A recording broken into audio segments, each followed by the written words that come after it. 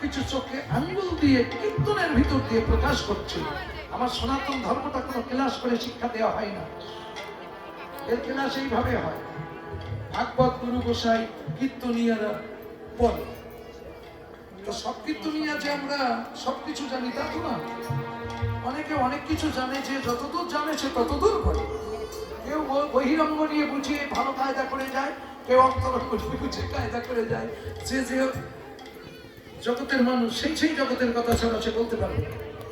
যে যে জগৎ নিয়ে যে যা মানে নিজেকে গবেষণা করে, তা এগুলো আপনাদের স্থির ব্রেনে সবগুলো ধরে নেবেন, কেমন?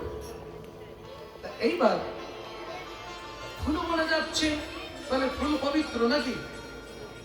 ফুল ফুটলে পবিত্র। ও ফুলগুলো হ্যাঁ মানুষ অপবিত্র করে ফেলে দাও কেন? ও গাছে তো ফুল ফোটে, তখন হাতে খাও না, শোয়ায় যাও না, হাড়িতে উঠতে দাও না, একবার বেরিয়ে হাড়ির মতো এক সাইডে ফেলে রাখো। হ্যাঁ, ফুল যদি এত ভালো হবে তাহলে ও ফুলগুলো দূর করে দাও। এই ফুল গাছ কথা বলো না কেন? আবার এই ফুলের গাছ কথা বলতে পারে না? গৌর গোবিন্দ সেবায় যে ফুল লাগে সে ফুল গাছে কথা বলতে পারে, সেটা অপবিত্র হয় কি করে জানো কি? জানো না? আমি জানি, কিন্তু আমি বলতে পারবো না। কেন? আমার মুখ সেলাই করা অজানা, ও কথা বেরোবে না।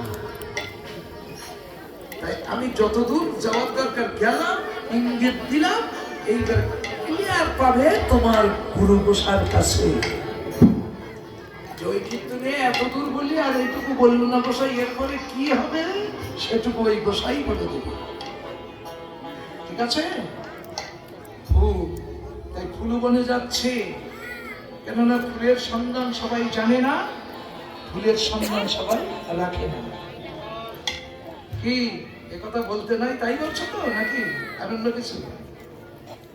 এটা হচ্ছে বাস্তব।